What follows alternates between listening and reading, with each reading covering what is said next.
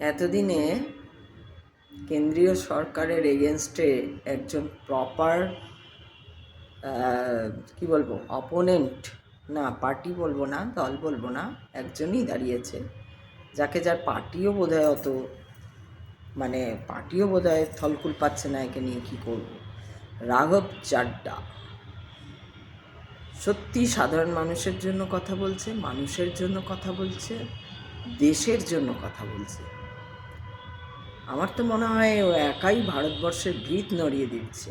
দারুণ লাগছে আমাদের একটা ইয়ং ম্যান, বুদ্ধিমান, শিক্ষিত এবং ভদ্র। রাজনীতি হচ্ছে এতদিনে আমরা ছোটোর থেকে সেই যে রাজনীতি দেখে আসছি, এতদিনে দেখছি প্রপার রাজনীতিটা শুরু হয়েছে। রাজনীতিও শুরু হয়েছে এটা বলবো না, মানে একজনই, ও একাই, আর তার সঙ্গে খান স্যার রয়েছেন। তিনিও নানান রকম উপযুক্ত প্রশ্নগুলো তুলে ধরছেন। তিনি হসপিটালে কম খরচায় যে হসপিটাল সার্ভিস দেওয়া যায় সেইগুলো করে দেখিয়ে দিচ্ছেন।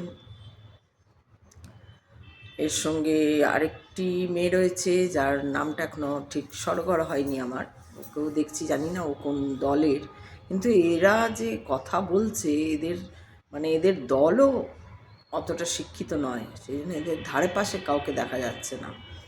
রাঘব চাড্ডা তো একাই, এবং রাঘব চাড্ডাকে আরও ভালো লাগছে কারণ পার্লামেন্টে দাঁড়িয়ে যেভাবে সুন্দরভাবে একটা জিনিসকে নিয়ে, একটা সমস্যাকে নিয়ে তিনি সামনে রাখছেন, এবং সেগুলো সত্যি একদম মধ্যবিত্তদের জন্য এত ভালো লাগছে। আমি বিশেষ করে কোনো দলের সাপোর্টার নই, কারণ দলই তো নেই। যে দলগুলো রয়েছে, রাজনৈতিক দলগুলো, সেগুলো তো দলাদলিই করছে, শুধু সেগুলো রাজনীতি করছে বলা ভুল। রাজনীতি একে বলে না, এগুলো মারামারি, লাঠালাঠি, কাটাকাটি, গদির একটা লোভ, বড়তা দেখতে পাচ্ছি আমরা মুঘল ইয়েতে যা দেখেছি, পড়েছি,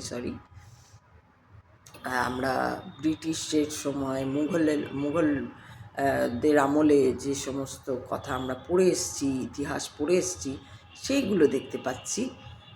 ওগুলো দখল, ওগুলো রাজনীতি নয়, ওগুলো দখল।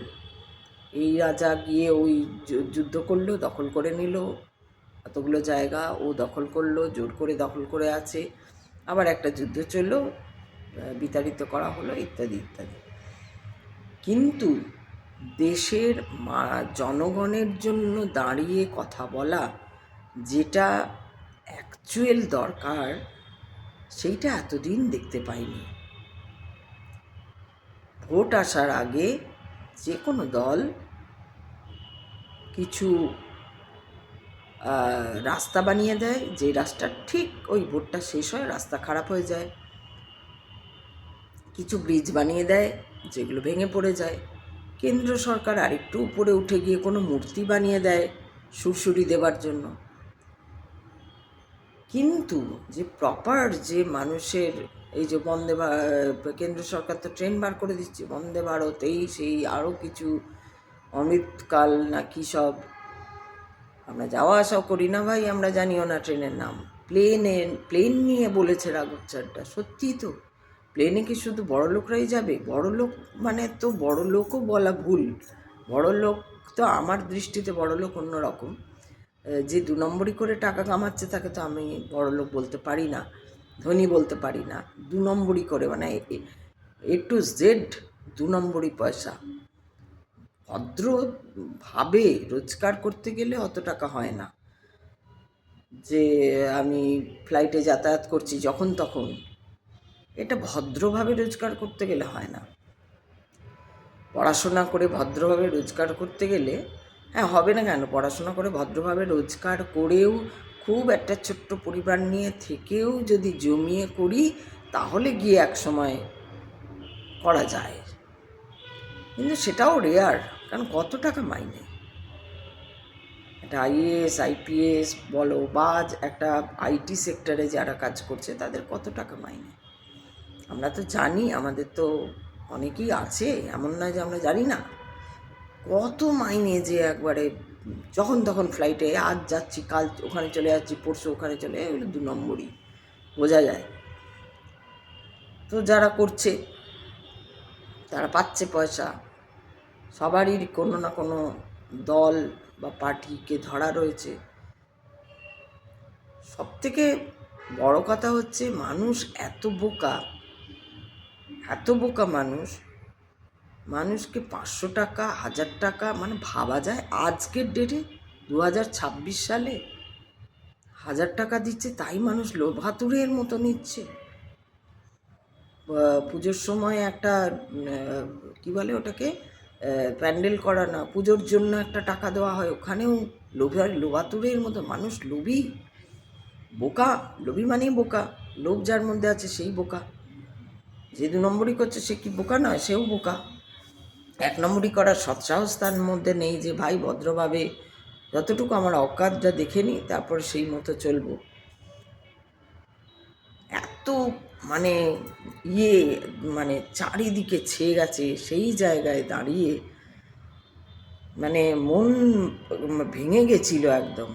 সেই জায়গা দাঁড়িয়ে আজকে রাঘব চাড্ডাকে দেখে কতটা হবে, একটা তো হয়েই গেছে প্লেনের ওখানে তোমার এয়ারপোর্টের সমস্যার চায়ের দামটা কমিয়েই দিয়েছে। এরপরে রিকল, যেটা সব থেকে ভালো এসছে, যে এমপি রিকল না কি একটা বলেছে, সেটা নিয়েও হয়েছে। এখন ওই অমৃতকাল ট্রেনের নিয়ে বলা হচ্ছে। ঈশ্বর করুন, মহাদেবকে ডাকছি যে এইগুলো করুক।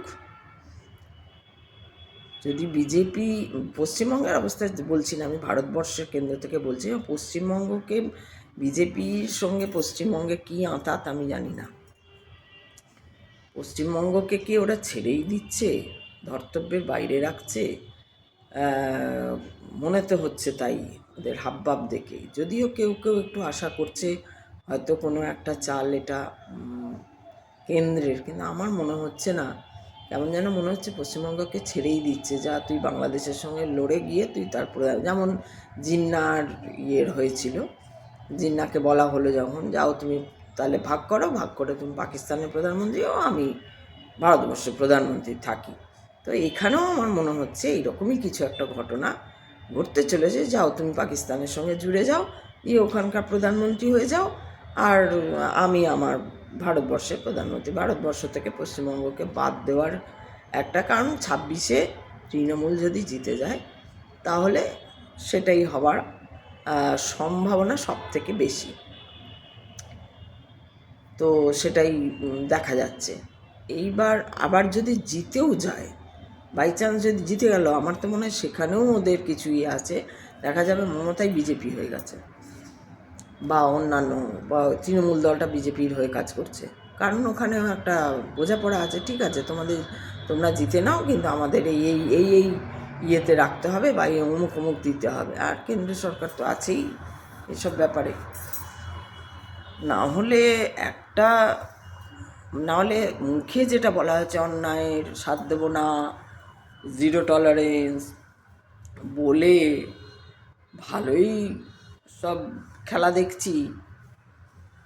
মানুষ মূর্খ ঠিকই, কিন্তু সবাই নয়।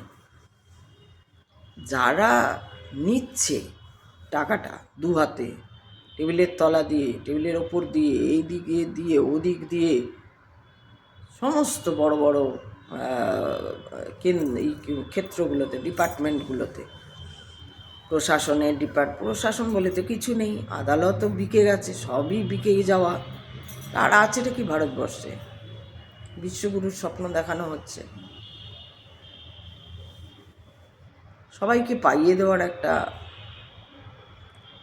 যার জন্য প্রথম দিকে যখন প্রধানমন্ত্রী বিদেশে সফর করেছিলেন তখন একটা ভালো লেগেছিল, যাক বিদেশের হাবভাব বুঝে, হয়তো যেটা বিবেকানন্দ চেয়েছিলেন যে পাশ্চাত্যের মিলন হয়তো আমাদের মোদিজি সেই রকমই কিছু একটা করতে যাচ্ছেন, কিন্তু না, সেরকম কিছুই দেখিনি। হ্যাঁ, দেখেছি সবাইকে, বিদেশিদের সব, স্পেনকেও দেখেছি, রাশিয়াকে তো দেখছি, চীন আর বাদে এখন তো আমেরিকা আবার হয়ে গেল। কিন্তু আমেরিকাও একটা সময় ভালো, প্রথম দিকে ভালো সম্পর্কই ছিল, করোনা পর্যন্ত আমেরিকার সঙ্গে ভালোই সম্পর্ক ছিল। ইদানিং একটু বিগড়ে গেছে আমেরিকা, কারণ আমেরিকাকে পাত্তা দিচ্ছে না ভারত, সেটা ঠিক আছে, সেখানে কোনো অসুবিধা নেই। কিন্তু ভারতবর্ষের কোথায় কি হচ্ছে, ভারতবাসীর কোথায় ভালো হচ্ছে? আর ভারতবাসীকে তো, ভারতবাসীর চিন্তাধারাটা তো বদলাতে হবে। ভারতবাসীর চিন্তাধারায় যে পশ্চিমবঙ্গ এখনও ভারতবর্ষের মধ্যে রয়েছে, এখনও রয়েছে, সেইখানে দাঁড়িয়ে ১,৫০০ টাকায় ২,০২৬-এ ১,৫০০ টাকা কী হয়? একটা গ্রসারি আসে না, একটা একটা একটা পরিবারের একটা গ্রসারি ১,৫০০ টাকা মাসে আসে না, তার থেকে বেশি লাগে, অনেক বেশি লাগে। ১,৫০০ টাকা কী হয়? মাসের সবজি, মাসের পুরো মাসের যদি ৩০ দিনের সবজিও বলো, যে সবজি, আলু, পেঁয়াজ, ডিম, মাছ, মাংস সব মিলিয়ে যদি একটা মাসের সবজি ওই দিকেও ধরো, সেটাও ১,৫০০ টাকা আসে না। তাহলে ১,৫০০ টাকাটা কোন কাজে লাগছে? প্রথম কথা তো ওই ওটা আমাদেরই ট্যাক্সের টাকা, ট্যাক্স দেওয়া হচ্ছে, সেটা একটা ব্যাপার। সেটা বলা হচ্ছে না, বলা হচ্ছে আমি দিচ্ছি, যেন আমার পকেট থেকে আমি দিচ্ছি এরকম ভাব করে সরকাররা বলছে। সেটা এত বোকা মূর্খ মানুষগুলো, গ্রামে গঞ্জে, গ্রামে শুধু না, শহরেও লোভ, এক মূর্খ দুই লোভী, যে নিয়েও নিচ্ছে, অবলীলায় নিচ্ছে, অবলীলায় ফ্রিতে পড়াচ্ছে। ফ্রি ফ্রি যখনই জানবে ফ্রিতে তোমাকে দেওয়া হচ্ছে, সস্তায় তোমাকে, কোথাও মানে তোমাকেই সস্তা ভাবা হচ্ছে, এই গানটা তো কারণ নেই।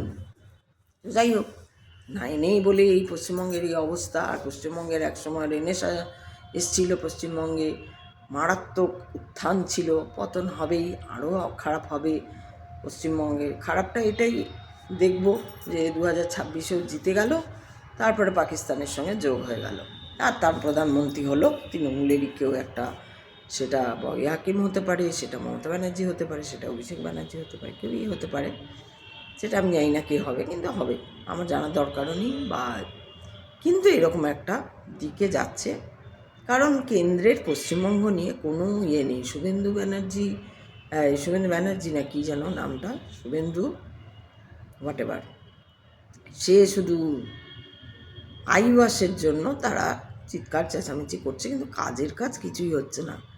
ওই যে চিৎকার চেঁচামেচি করছে, মুখের দল, কিছু ফলোয়ার আছে, তাদের ফলোয়ার, তারা ধর পাকড়, মার ধর, অমুক মানবি না তো মেরে মানাবো। আরে মারধর করে কি হবে? আসল জায়গা তো ঠন ঠন রয়ে যাচ্ছে শুভেন্দুবাবু। আপনি কিছুই করতে পারছেন না, কিছু করতে পারবেনও না।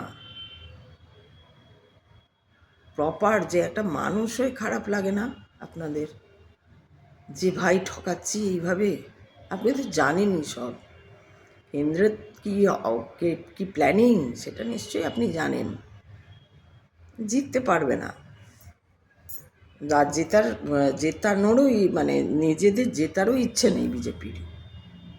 যা কিছু হচ্ছে আইবাস, আর আইবাসটাকেও ধরতে পারছে না। এটাই হচ্ছে পশ্চিমবঙ্গ এতটা পশ্চিমবঙ্গ না, সারা ভারতবর্ষই পিছিয়ে রয়েছে, সারা ভারতবর্ষে পিছিয়ে রয়েছে মানসিকতায়। যার জন্যই তো তারা প্রশাসন যে নেই, প্রশাসন বলে কিছু নেই, সবই পার্টির। আজকে তৃণমূলের আছে, কালকে বিজেপির হয়ে যায়, যদি যেতে। আর তার আগে সিপিএমের ছিল। প্রশাসন অর্থাৎ যে আইন আদালত, এগুলো কাদের জন্য? মানুষের জন্য, জনগণের জন্য। নগর রক্ষক বলা হয় পুলিশদের, তারা নগরের জন্য, নগরের বাসীর জন্য কি করে? কিচ্ছু করে না। ওই কোনো দিন কেউ একটা অ্যাডমিট কার্ড ফেলে দিয়েছে, তাকে দিতে গেল, সেগুলোও 10 বছরে একবার দেখা যায়, বা এরকম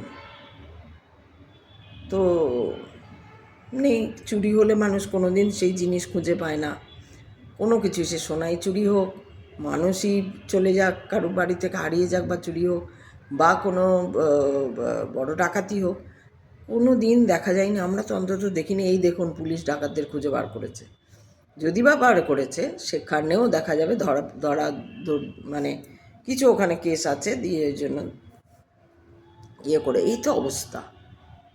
ধরা দিয়ে দিয়েছে বা ধরে নিয়েছে বা বলেছে এই তোমরা ধরা দাও তাহলে তোমাদের এই হবে এই হবে, এইগুলো সব এই ব্যাপারগুলো এগুলো বোঝা যায়।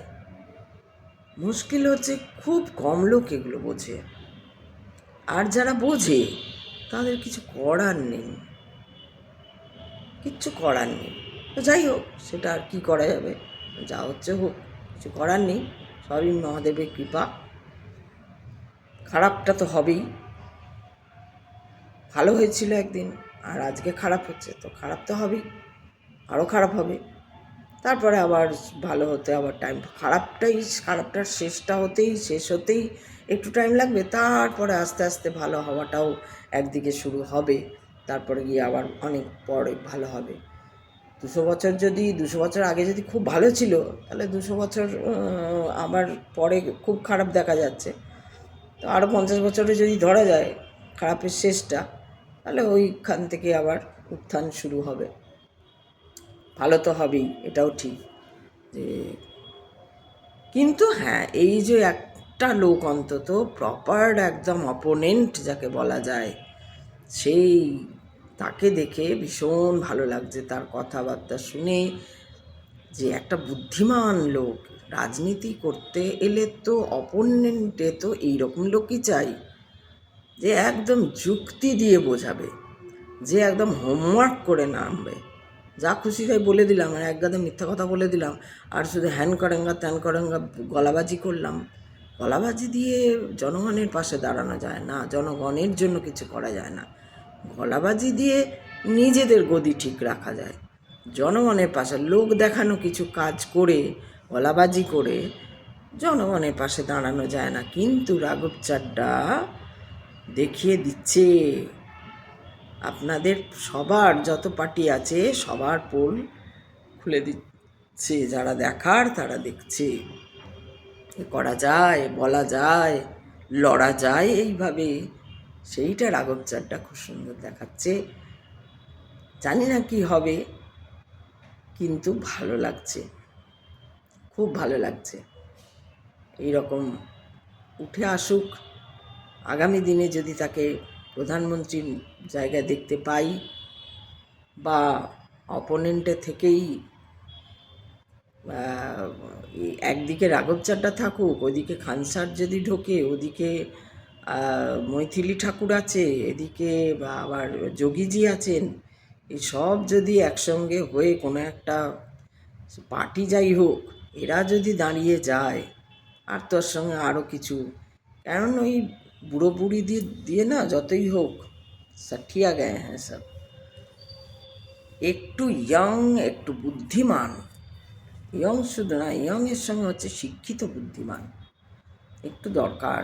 আমাদের সারা ভারতবর্ষে শিক্ষিতের সংখ্যা খুব কম হয়ে গেছে, স্বাভাবিক, সবাই তো বিদেশে চলে যাচ্ছে। এখন আমরা যে রিলগুলো দেখি জার্মান থেকে, ইউএসএ থেকে, ইউকে থেকে যে রিলগুলো দেখি, বা আমাদের যে ঘরের ছেলেরাও কাজ করছে সব বাইরের সঙ্গে কাজ করছে, তাদের যে রিল দেখি ম্যাক্সিমাম দেখি ওখানে বাঙালি, জার্মানি, ইউএসএতে, ইউকেতে কত বাঙালি চলে গেছে। বাঙালিরা ভালো, যারা বুদ্ধিমান বাঙালি ম্যাক্সিমাম সব চলে যাচ্ছে ওইখানে, আর কিছু রয়েছে হায়দ্রাবাদ, ব্যাঙ্গালোরে কিছু। এখানে কোথায় বুদ্ধিমান, কোথায় বুদ্ধি, একদম এইরকম হোমওয়ার্ক করে নামা, এই ব্লিঙ্কিটের সঙ্গে গিয়ে একদম ব্লিঙ্কিটের ওই ব্যাপারটাও, ব্লিঙ্কিট শুধু নয়, মানে উনি গেছিলেন ব্লিঙ্কিটের এক কর্মচারীর সঙ্গে ফ্ল্যাটে দিতে, এইরকমভাবে মাঠে নেমে কাজ করে সেইখান থেকে দাঁড়িয়ে প্রত্যেকের সুবিধা অসুবিধাগুলোকে উনি, মানে এইটাই তো দরকার, এইটাই তো হচ্ছে অ্যাকচুয়াল কাজ। দারুণ লাগছে, খুব ভালো লাগছে। আমি জানি না, আপনারা ভিডিওটা ছাড়বো, আপনাদের ভালো লাগছে কি লাগছে না, আপনাদের যদি ভালো লাগে আপনারাও জানাবেন। বা আপনাদের কেমন লাগছে এই ব্যাপারটা? রাঘব চাড্ডাকে কি আপনারা ফলো করছেন, দেখছেন? ওর কাজকর্ম, ওর পার্লামেন্টে দাঁড়িয়ে সওয়াল জবাব কি শুনছেন? আমার দারুণ লাগছে। আমি ভীষণ খুশি। এতদিনে মনে হচ্ছে যেন মহাদেব আমার একটা অন্তত কথা শুনেছে।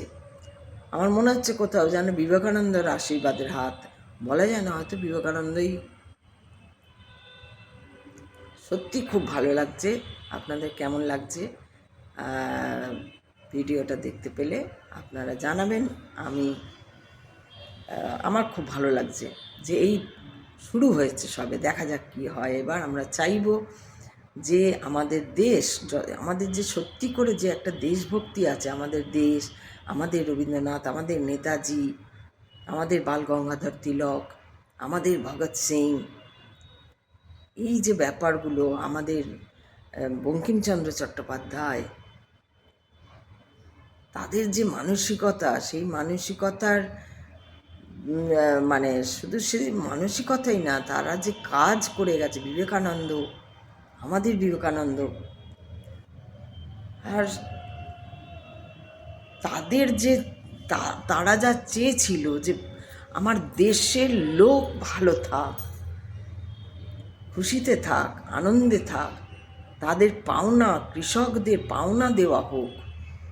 শুধু ট্রেন বানিয়ে দিলাম আর বড় মূর্তি বানিয়ে দিলাম 160 ফিটের, আর তারপরে দেখালাম যে আমি কি কাজ করলাম, তারপর আমি দুটো ভালো কথা বলে দিলাম মিষ্টি মিষ্টি, আহা। তারপর আসল জায়গায় গেল, অন্যায়কে ধরা হবে, কোথায় মোদিজি? অন্যায়দের কোথায় ধরা হলো? কাউকে তো ধরা হলো না। কি মিডিয়া শুধু টিআরপি বাড়ালো। এইটা আপনি করে দিলেন মিডিয়াকে, আপনি খুব সুবিধা করে দিলেন মিডিয়ার টিআরপি বাড়ানোর জন্য। তারা অনেক টপিক পেয়ে গেল, কন্টেন্ট অনেক পেয়ে গেল তারা, বা ইউটিউবার, কিছু ইউটিউবারও অনেক কন্টেন্ট পেয়ে গেল। ব্যাস এইটুকুই হলো, এর থেকে বেশি কিছু হলো না, হয়নি। স্বাস্থ্য, শিক্ষা, তার উপরে হচ্ছে আমাদের সব থেকে পুয়োর যেটা হয়ে গেছে আমাদের দেশে, আইন, আদালত, প্রশাসন সব থেকে পুয়োর। একটু আগেই একটা ভিডিও দেখছিলাম, একটি ছেলে যে ট্রাভেল ব্লগার, সে কোথায় রাধিকাপুরে নেমেছে, পুলিশ তাকে ধরে বলছে চলো থানায় চলো। কেন ভাই? ট্রাভেল ব্লগারও বলছে আমি ট্রাভেল যেখানে করি, ও ট্রেনটা দাঁড়িয়ে আছে, ট্রেন থেকে নেমে জাস্ট একটা ফটো তুলেছে, বলছে থানায় চলো। জানি না রাধিকাপুর কোথায়, আমার জানা নেই, কিন্তু অদ্ভুত অবাক লাগছে। কি মোদিজি, এগুলোর কি উত্তর দেবেন? এগুলো কি নৈতিক কাজ? জানি না আপনাদের কাছে কোনটা নৈতিক আর কোনটা যে অনৈতিক। যাই হোক, এখন আমার খুব ভালো লাগছে রাঘব চাড্ডা। জানি না সে, হ্যাঁ, ও হচ্ছে আম আদমি পার্টির, কিন্তু এখানে পার্টির কাউকেও তো দেখছি না, পার্টির একটা লোককে দেখছি না যে তার ফরে কথা বলছে। অন্য এতটাই ভেতর থেকে মধ্যবিত্তের পাশে দাঁড়িয়ে কথা বলছে যে মধ্যবিত্তের লোকরা পর্যন্ত, কি বলবো, আমরা আপ্লুত। সত্যি তো, ট্যাক্সে জর্জরিত হয়েছি আমরা। অথচ বড়লোক যারা, তারা ফাঁকি দিয়ে বেরিয়ে যাচ্ছে। যারা ধনী, বড়লোক বা ধনী যারা 2 নম্বরি করে কামায়, তারা ঠিক বেরিয়ে যাচ্ছে। শুনুন আপনারা রাঘব চাড্ডার কথা, উত্তর দিন। কোনো তো উত্তরে দেখছি না যে হ্যাঁ রাঘব চাড্ডার কথাকে খণ্ডন করে প্রধানমন্ত্রী এই বললেন, বা অমুক এই বললেন, বা তমুক সেই বললেন, অমিত শাহ ওই বললেন, না, ওই দেখছি না। এমন জায়গায় পিন ফুটিয়ে দিচ্ছে যেখানে কিচ্ছু বলার থাকছে না। ভালো লাগছে, খুব ভালো লাগছে। উঠে আসুক এই ধরনের ইয়ং ম্যানরা, শিক্ষিত, ভদ্র। মৈথিলি ঠাকুর মেবি বিজেপির, কিন্তু সওয়াল যখন করলো দেখলাম খুব ভদ্রভাবে করলো এবং নিজের পয়েন্টটাকে খুব স্ট্রং করে ওখানে প্রেজেন্ট করলো। এটা খুব ভালো লাগলো। এইরকমই সব উঠে আসুক। আর কত দেখবো অশিক্ষিত, কিছু জানে না, মূর্খ, তারা রাজনীতি করছে, তারা নাকি আমাদের পাশে দাঁড়াবে, তারা নাকি আমাদের কথা ভাবে।